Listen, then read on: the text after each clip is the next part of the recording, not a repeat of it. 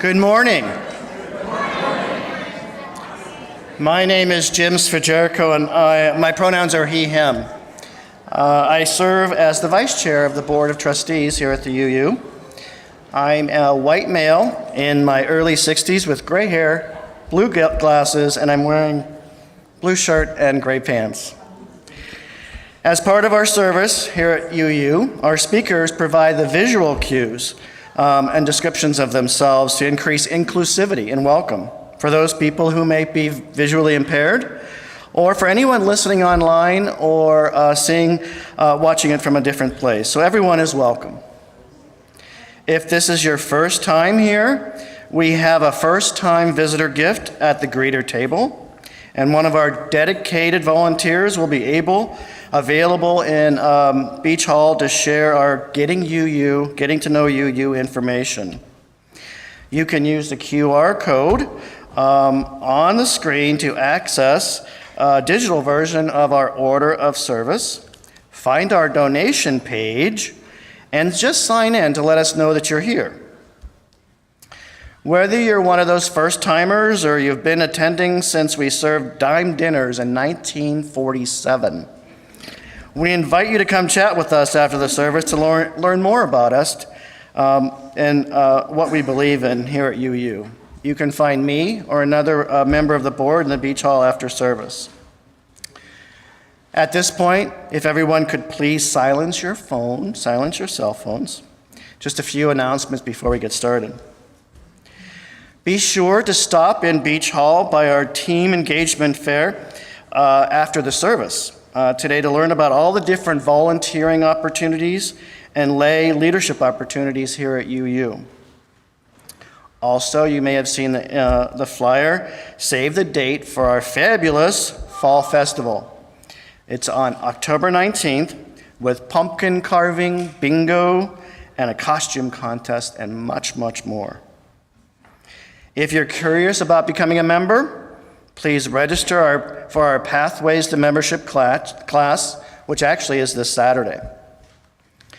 1 week from today, First UU kicks off 24-25 concert series with Carpe Diem concert at 2 p.m. Finally, drop off your food collection bags outside the worship center. If you by chance missed this last week, you can still get a bag at the greeters table. So many other announcements, so please see the inserts in your order of worship for details about these announcements I've mentioned, plus so many more, this week events, and much, much more. We encourage you to take it home. We ask that you leave the cover in the basket on your way out as we use it week to week.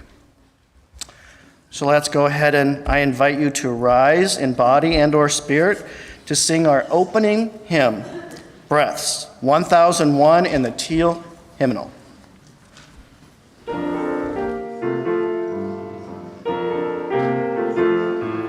Listen more often to things than to beings.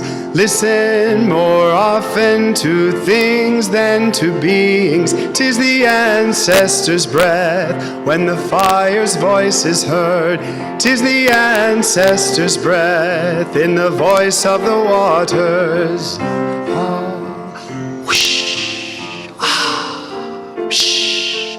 Those who have died have never ever left. The dead are not under the earth. They are in the rustling trees, they are in the groaning woods, they are in the crying grass, they are in the moaning rocks. The dead are not under the earth. So listen more often to things than to beings. Listen more often to things than to beings. 'Tis the ancestors' breath when the fire's voice is heard. 'Tis the ancestors' breath in the voice of the waters. Whoosh, whoosh. Those who have died have never, never left. The dead have a pact with the living. They are in the woman's breast, they are in the wailing child. They are with us in our homes, they are with us in this crowd. The dead have a pact with the living. So listen more often to things than to beings. Listen more often to things than to beings. 'Tis the ancestors' breath when the fire's voice is heard. Ancestors' breath in the voice of the waters. Ah, whoosh, ah, whoosh.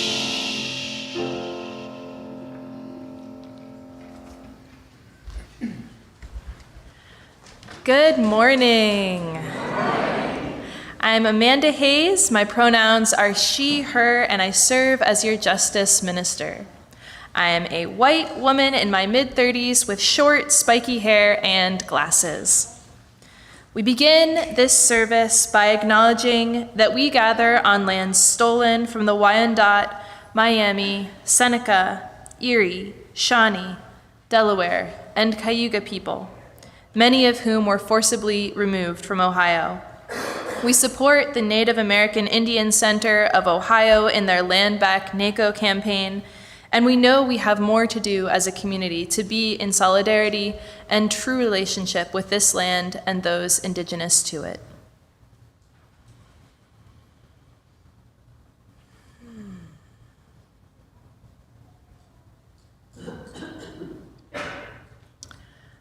Reverend Kelly unfortunately got super sick yesterday, and so she's not able to join us this Sunday except by video. So she still will be preaching. But Reverend Meg and Tom Baliol have stepped up to help us out this Sunday. So just a thank you to both of them. And just sending love to Rev Kelly as she's at home recuperating. So let us enter into the spirit of worship with these opening words entitled The Common Room, written by Everett Howe. How does it happen, this transformation? Arriving from many directions, one bearing snacks, another the workday's toll of tension. One anxious for the family dinner, one thinking still of the parent's sickbed or the child's. One joyful from a day well spent, and one still processing the pain of another revealed in confidence. How do we do it? How do we become a whole, a body, each listening to the other, accepting ideas not our own, building together, wiser and more compassionate than any of us alone, creating and calling the spirit of life, living the spirit of love, and then leaving, returning to the home or the workplace, to the family or the empty room, to the sick parent or child, or to walk quietly before sleep, thinking of this day. How do we come together? How do we make this time sacred? Let us all rise in body or spirit while our children meet Gus at the back of the room. Prepare to bring in the light. Please turn to your neighbors to introduce yourself.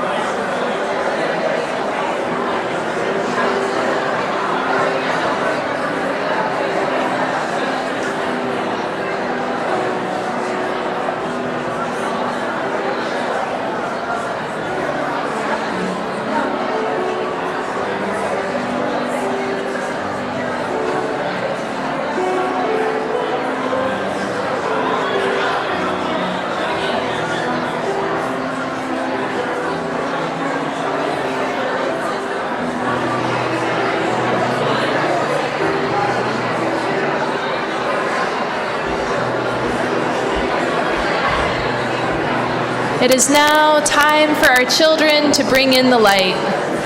It is now time for our children to bring in the light as we settle into our seats. The children will be bringing in the light as we settle into our seats and quiet down so that they can come and bring in the light.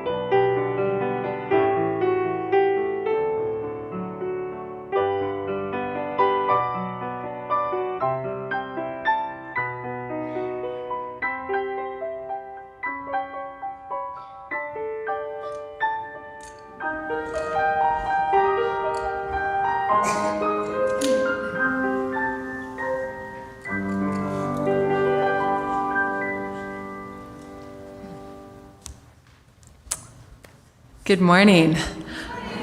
I am the Reverend Meg McGuire. I use she and her pronouns, and I am so grateful to serve as one of the affiliated community ministers of this congregation.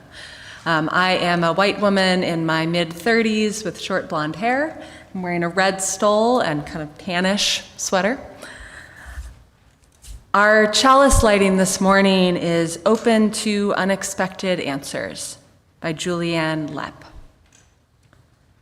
We seek our place in the world and the answers to our heart's deep questions. As we seek, may our hearts be open to unexpected answers. May the light of our chalice remind us that this is a community of warmth, of wisdom, and of welcoming multiple truths.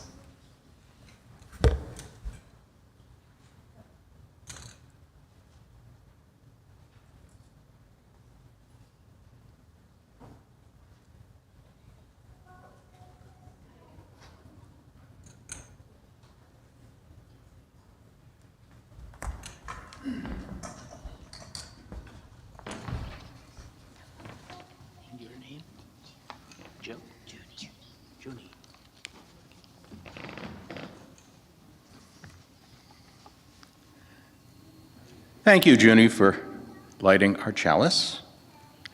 Good morning, all. I'm Tom Balliol. My pronouns are he, him. I am an almost three-quarter century young white male with gray hair and beard. I'm wearing a powder blue sport coat over an ecclesiastical purple shirt.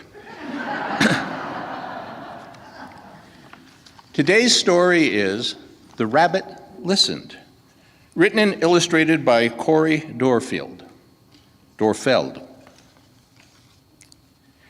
One day, Taylor decided to build something new, something special, something amazing. Taylor was so proud. But then, out of nowhere, things came crashing down. The chicken was the first to notice. What a shame. I'm so sorry this happened. Let's talk about it. But Taylor didn't feel like talking, so the chicken left.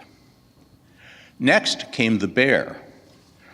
How horrible. I bet you feel so angry.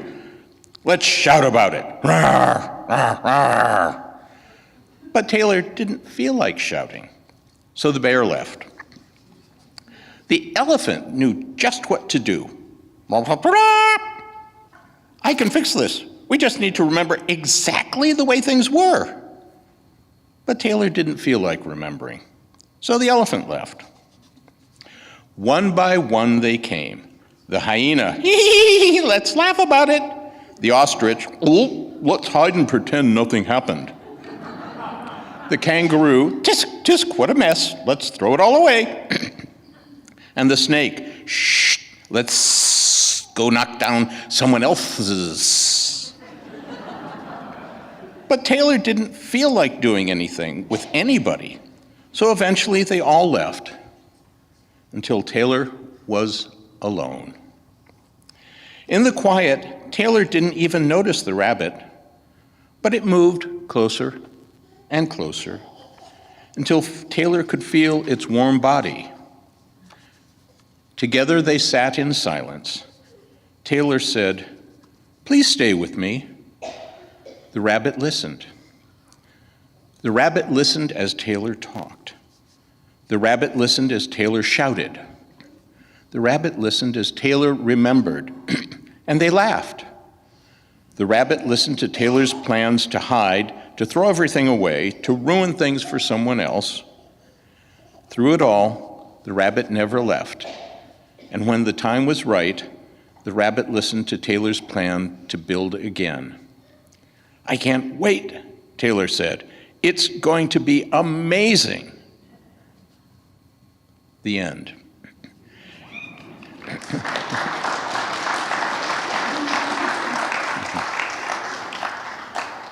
In this story, Taylor's friends visit with their own ideas of how to fix a problem.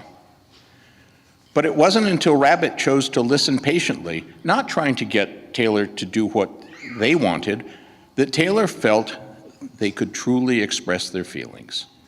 Sometimes we just need someone to listen to us, rather than trying to fix us.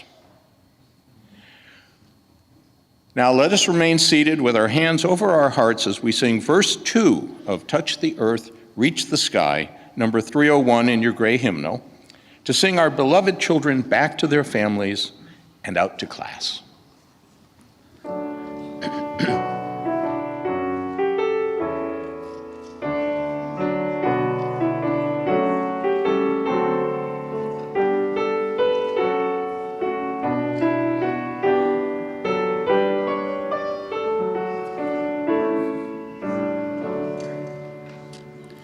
Touch the earth, reach the sky. Children ask the reasons why. In our lives the answers show, and by our love they learn and grow.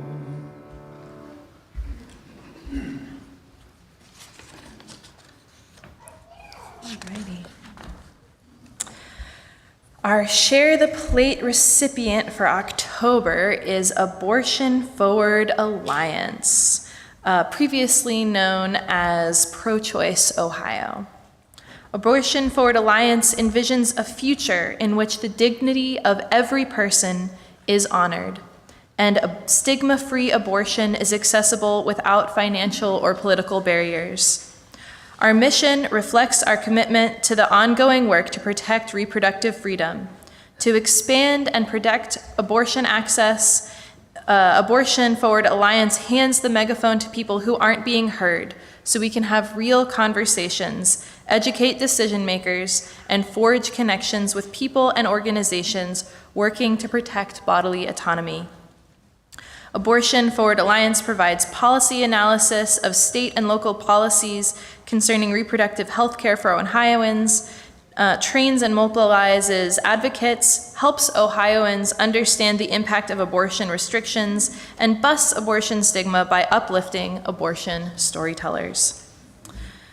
And First You Use Justice teams worked with Abortion Forward to get signatures for the Reproductive Freedom Amendment that passed last fall. So we're very happy to have them as our Share the Plate partner this month.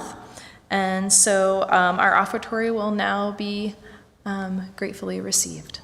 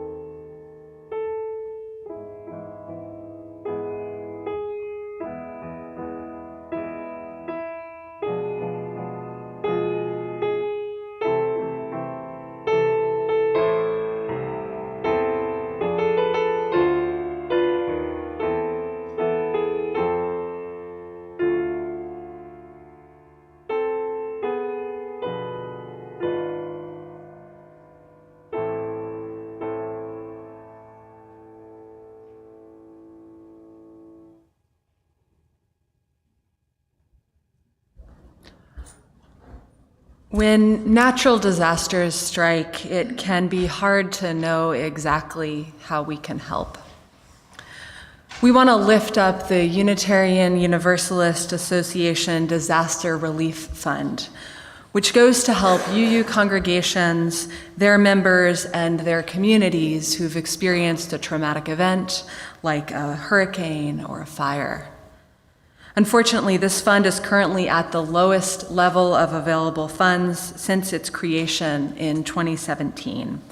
So the UUA is asking for congregations to take a special collection to help replenish this fund. We encourage you, if you're able, to go to the QR code that you'll find here and help support our sibling congregations who are recovering after Hurricane Helene. And I actually don't know who our pastoral care listener is today, but if you are here, it's Barb. Barb will be available after the service, so you can look for her if there's something on your heart that you'd like to share. And we want to hold some of the joys and the sorrows in our community right now together. Healing thoughts to Sue Ann Farnlocker, who injured her foot and leg. She thanks everyone for your love and support. Reverend Teresa's dog, Vivi, was hit by a car on Tuesday morning and had to have a major orthopedic surgery. She is now on her way to recovery, and Reverend Teresa appreciates the support that many of you have offered. We share in Marge Lynn's sorrow in the passing of her daughter, Arrow. Arrow had fought a 18-year battle with neuroblastoma and died on December 23rd, 2023. We send our deep sympathy to Marge in her ongoing grief. Knowing that there are other joys and sorrows always within our community, I invite us to hold all of these things that we know and also those that we don't tenderly in our hearts. And I invite you to join me in a time of meditation and prayer with these words from the Reverend Beckett Coppola. Spirit of life, we know that there are as many perspectives and experiences of living here in this room as there are people. Spirit of love, please guide us gently into appreciating and listening. Assist us to honor each other in conversation and deep hearing so that we can see the gift of a collective. Show us how we can find understanding by learning to speak one another's language so that we can go deeper into our belief and connection through a personal, communal, and perpetual evolution. Breath of life, give us the patience to live into this faith of community, the curiosity to ask loving questions of each other. Allow us to be always expanding our spiritual awareness of the worlds within and without. We enter now into a time of shared silence.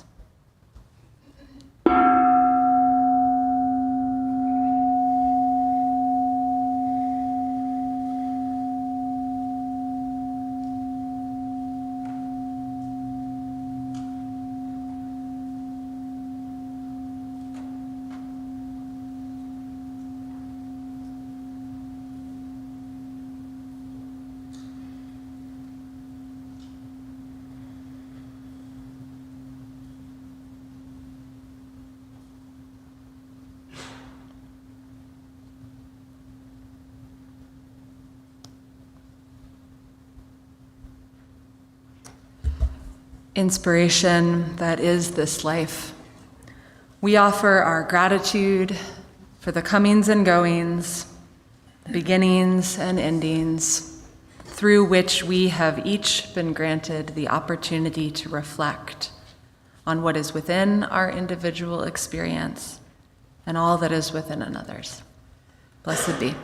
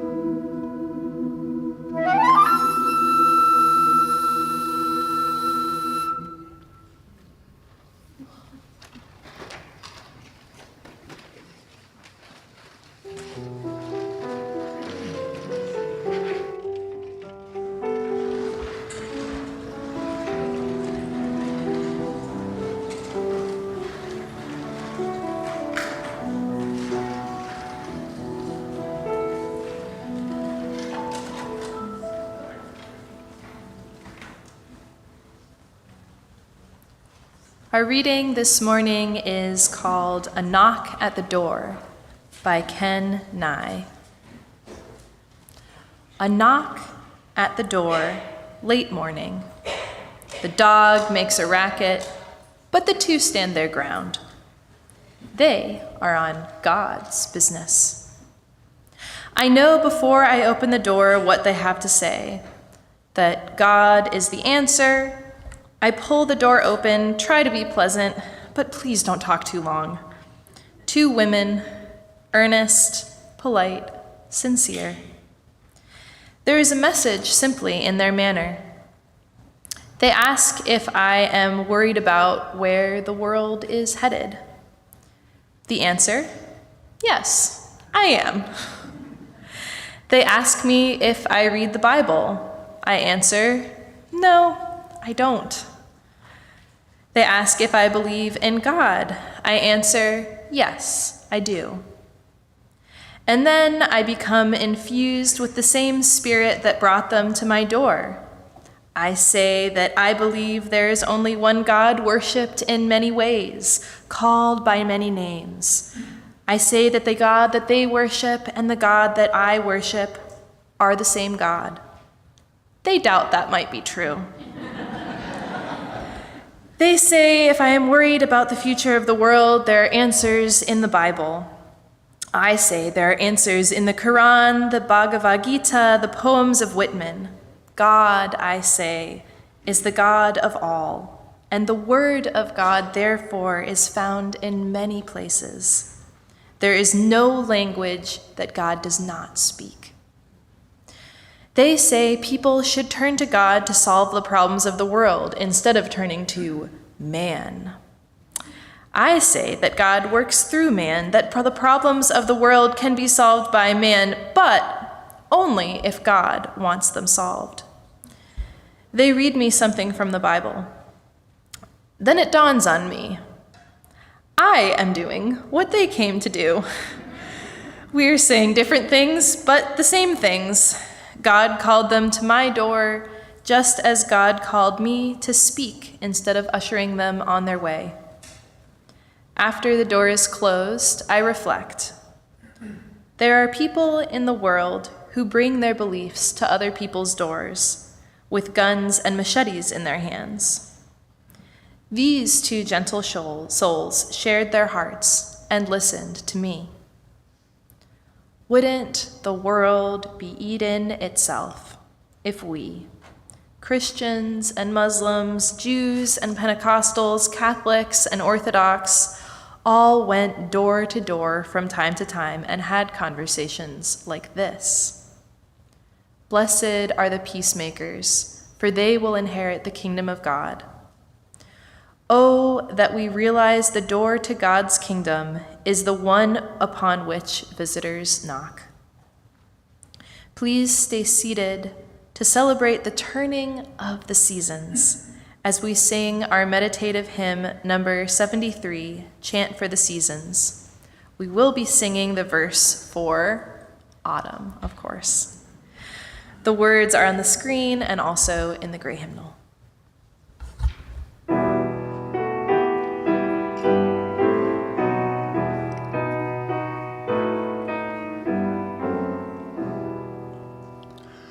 Summertime has turned the star wheel, autumn is upon us. Summertime has turned the star wheel, autumn is upon us.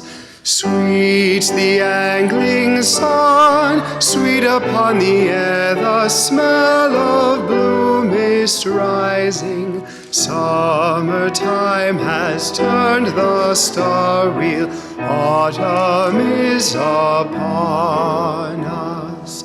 Glorious the trees, glorious the sight of rust leaves falling, falling. Summertime has turned the star wheel, autumn is upon us.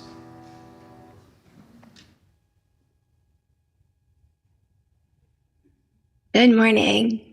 I am the Reverend Kelly McNeil. My pronouns are she, her, hers, and it is my honor to serve this congregation as your minister of congregational life.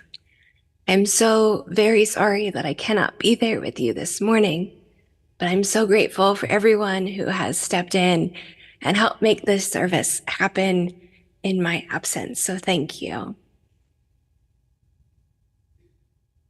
When I started seminary, I was told that going through the next couple of years was going to be a serious test on my faith. Fellow students shared that they had moments of doubt and experienced long lengths of time in which they questioned the beliefs they had been taught and grew up with. I certainly had moments of feeling tested, not in my own personal faith, but going through a range of emotions as I learned more about the Bible and Christianity. Lessons that I remember strictly being told to not ask questions about in my strict Roman Catholic Sunday school classes. I got my seminary education from a Baptist seminary in Richmond, Virginia. My seminary was founded by Baptist ministers and professors who had the radical idea that women could be ministers, and therefore left their conservative Baptist seminaries that did not allow women to learn to become preachers. Many of my professors were known for their feminist theological research and publications, and the courses that I took focused on retraining my brain away from viewing biblical stories in light of the patriarchal interpretations in which I was raised, and expanding my understanding of these stories to be more holistic and inclusive. In essence, we were being taught to listen to the actual stories in front of us rather than the thousands of years of misinterpretations and misogynistic teachings that had permeated the Christian tradition. As someone who was taught from a young age that asking questions about what I was being taught religiously was inappropriate, I began seminary in observation mode. In my Old Testament 101 course, I watched as my fellow seminarians struggled with the premise of listening to the text rather than the teachings. From day one, we examined the contradictions in the text, starting with the very first story, or rather stories, of creation. We explored how the Bible from the very beginning contradicts itself. This did not make some of my colleagues very happy, and our class turned pretty contentious. I knew from that moment that I had a choice to make. I could dig my heels in and disregard new information that was coming my way. Ignore the people who had dedicated their lives to this work, people considered experts in their field, because they were contradicting what I had been taught was the truth. Or I could choose to allow new information to come into my system, wrestle with the tension that would inevitably occur, and give myself a chance to make new decisions based on additional information. Watching how angry and heated some of my colleagues were, not wanting to receive information contrary to their beliefs, I decided to choose the path of allowing new information to mix with my own personal understandings. It wasn't an easy decision. In fact, it would have been much easier to decide that because the new information I was receiving made me feel uncomfortable and contradicted what I previously believed to be true, I would not let that new information in. But because of my choice, I learned the invaluable truth that listening, truly listening, requires more than just being in the same room as someone else, or taking in information and making snap decisions and staying fixed on my own interpretation without leaving room for the fact that I might not have all the facts. I could be wrong. I've learned through my training in ministry and social work that listening is not dependent solely on what you can hear, or in the case of the deaf community, what is signed. Truly deep listening is a full body exercise that can only happen when we commit ourselves to setting aside our agendas and being fully present. In training that I and a few of our covenant group facilitators have taken recently, learning more about the curriculum we will be using in our covenant groups this year, the trainer gave each of us an opportunity to respond uninterrupted to a question.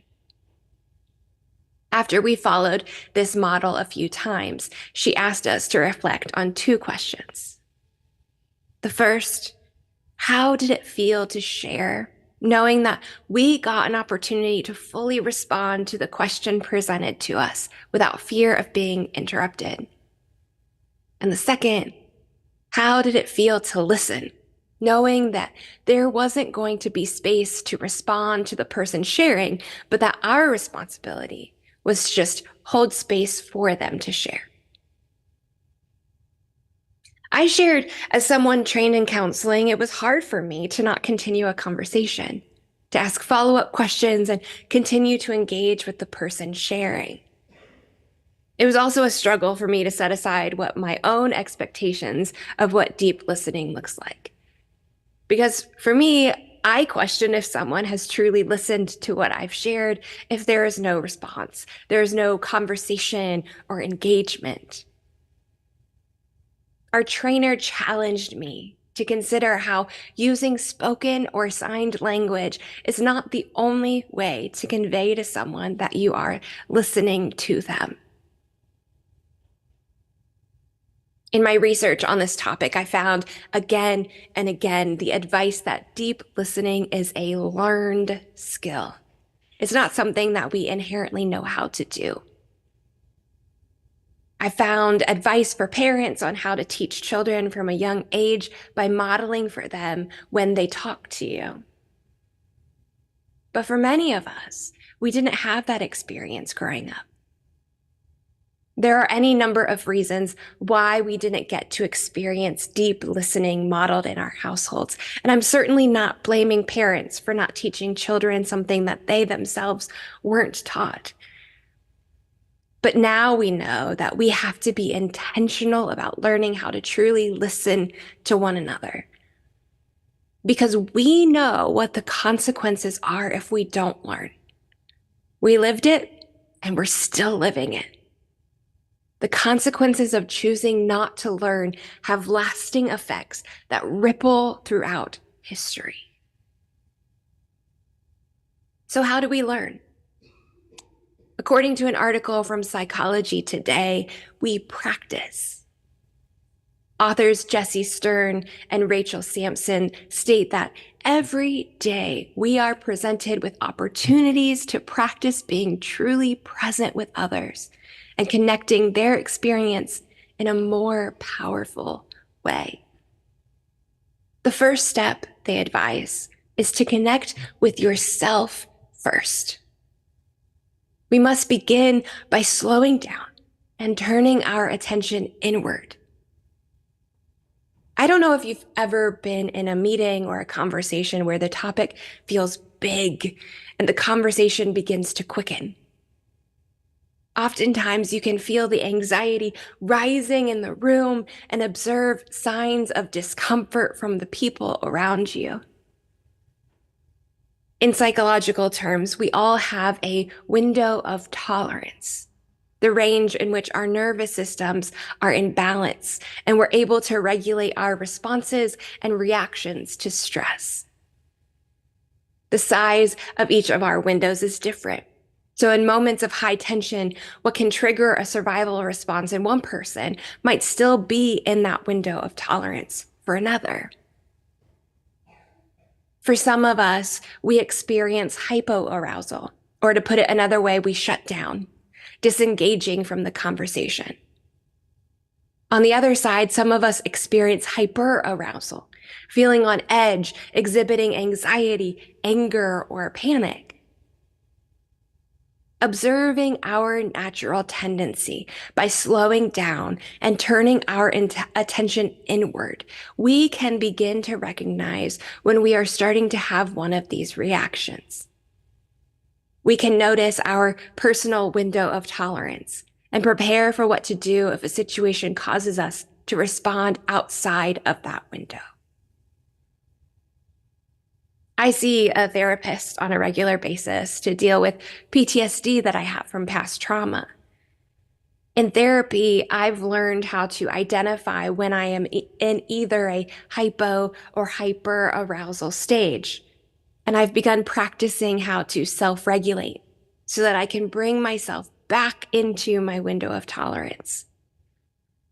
Now, trust me, that doesn't mean that I'm an expert at shifting back into my window. I still struggle. You'll often find that I have some kind of fidget with me because I've found that this is a particularly helpful way for me to regularly stay within my window of tolerance. For each of us, it might look different. But if we have the ultimate goal of learning how to deeply listen to one another, it is our responsibility to turn inward and discover for ourselves how we need to regulate during stressful moments. The second step, outlined by Stern and Sampson, in learning how to listen deeply is to make time. They advise being intentional in practicing, finding a safe person with whom you can build regular, intentional time into your schedule to be truly present with one another. This could be a once-a-week check-in with a loved one where you set the intention to discuss what is on your mind and in your heart with an emphasis on connection over criticism. Maybe you choose to practice in the car as you take your children to school, or practice while having coffee with a friend or sharing a meal with your partner. You could practice by joining a covenant group here at First UU, or use our time of checking in each Sunday morning to practice. Once you get in the habit of being intentional, you may stop realizing that it's happening in the moment. For my partner and I, we learned what was most helpful for us was to stop a conversation and ask, what are you needing from me right now? This has stopped so many arguments that we used to have in which I thought they were coming to me for advice when they were actually just coming to me for me to listen. Turns out what I thought was a request for feedback was usually a simple request for someone to listen and be supportive. So when I shared constructive feedback, it came across as criticism. But without being intentional about our hopes for the conversation, we often left unhappy and frustrated. Step 3 in learning how to listen deeply is to eliminate distractions. Have you ever tried to talk with someone while there was a TV on in the background? This would often be the case with my grandpa. It was usually MASH, and we knew that if the TV was on, he was probably not listening to us. He would, of course, joke that it's because he was tired of hearing my grandma's voice after being together for half a century, but we knew if we wanted a conversation, it needed to be while the TV was off. It can feel disheartening to try to have a conversation with someone and they have their phone out in front of them, multitasking while you're trying to share. Stern and Sampson say that deep listening doesn't simply mean that you open another tab on your browser while leaving other distractions in front of you. The practice of deep listening is closing your laptop, removing the possibility of being distracted by a notification that appears in the corner of the screen, and truly listening to the person in front of you.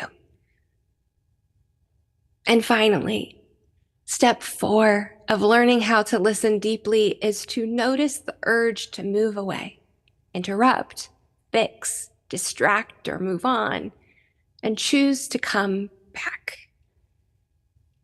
Especially in the beginning of learning this skill, but even after you've been practicing for years, it is completely natural to have a reaction to something someone is saying and feel the urge to respond in a particular way. We might even feel the urge to leave the situation completely. It's important to acknowledge those feelings, naming them silently for yourself, and then bring your attention back to the conversation. Now, I want to be clear. You may find yourself trying to deeply listen and feel your fight or flight response rising up, and it's important to listen to that. We have to decide and learn for ourselves when we want to leave a conversation because it makes us uncomfortable, because it's challenging our thinking, and when we want to leave a conversation because we are no longer feeling safe.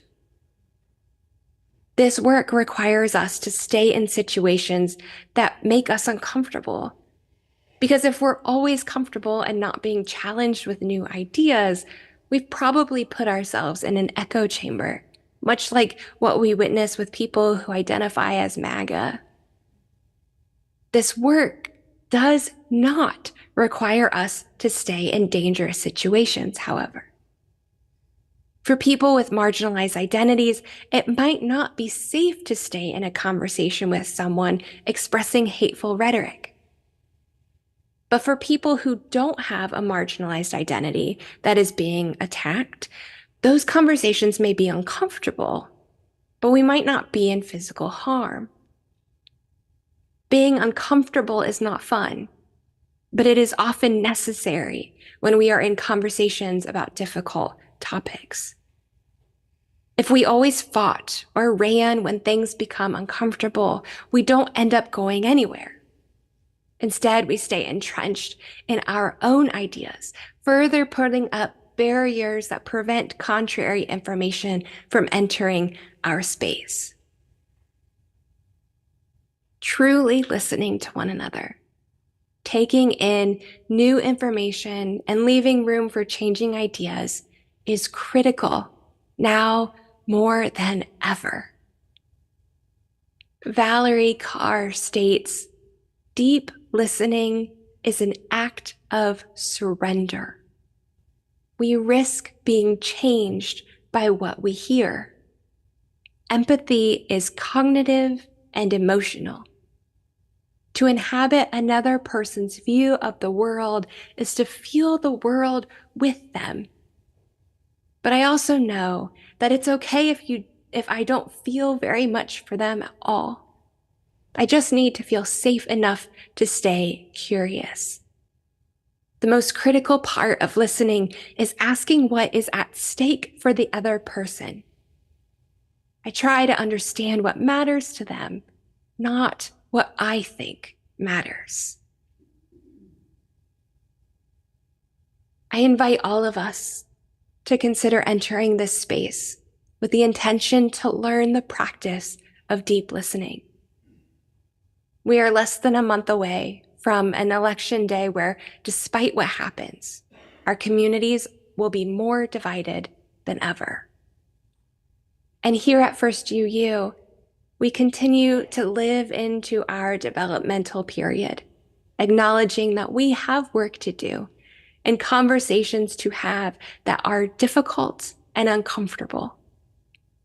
But if we truly care about our future, we have an obligation to one another to listen to what is important to each of us, allow space for new and different ideas, and search inward for how we can more fully, respectfully, and honestly listen to one another. Friends, this is difficult work, but it is work we must do if we want to live our values out loud. Amen.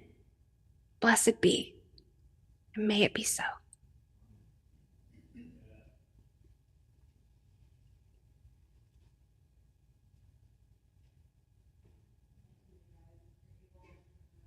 Our closing hymn, number 1012, When I Am Frightened.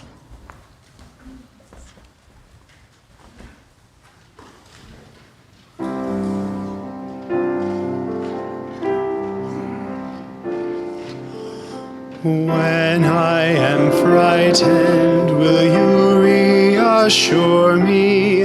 When I'm uncertain, will you hold my hand? Will you be strong for me? Sing to Will you share some of your stories with me? If you will show me compassion, then I may learn to care as you do. Then I may learn to care. When I am angry, will you still embrace me? When I am thoughtless, will you understand? Will you believe in me? Stand by me willingly. Will you share some of your questions with me? If you will show me acceptance, then I may learn to give as you do.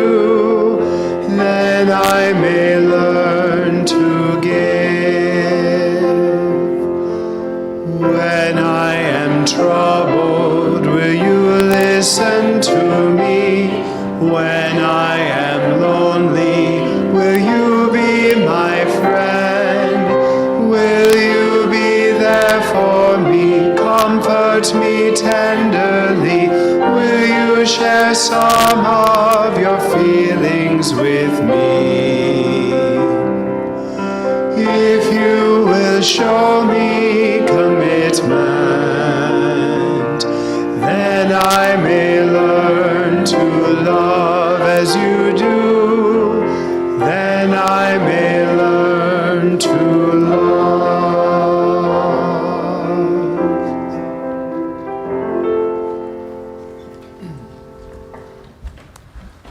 Before we close out, I invite us just to take a moment to send some love in Reverend Kelly's way, hoping that she is feeling better and appreciating her presence today. For our benediction, I offer these words from Amy Zucker Morgenstern. In every person we meet, especially those who cause us discomfort, we find an opportunity to grow, to learn, to go further along the path of transformation that is our purpose in life. Every single one is our teacher. May the next week bring you many such moments of meeting that help you become the person you want to be. May you welcome them with joy.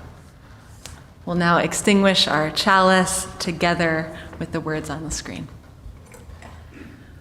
We extinguish this flame, but not the light of vision.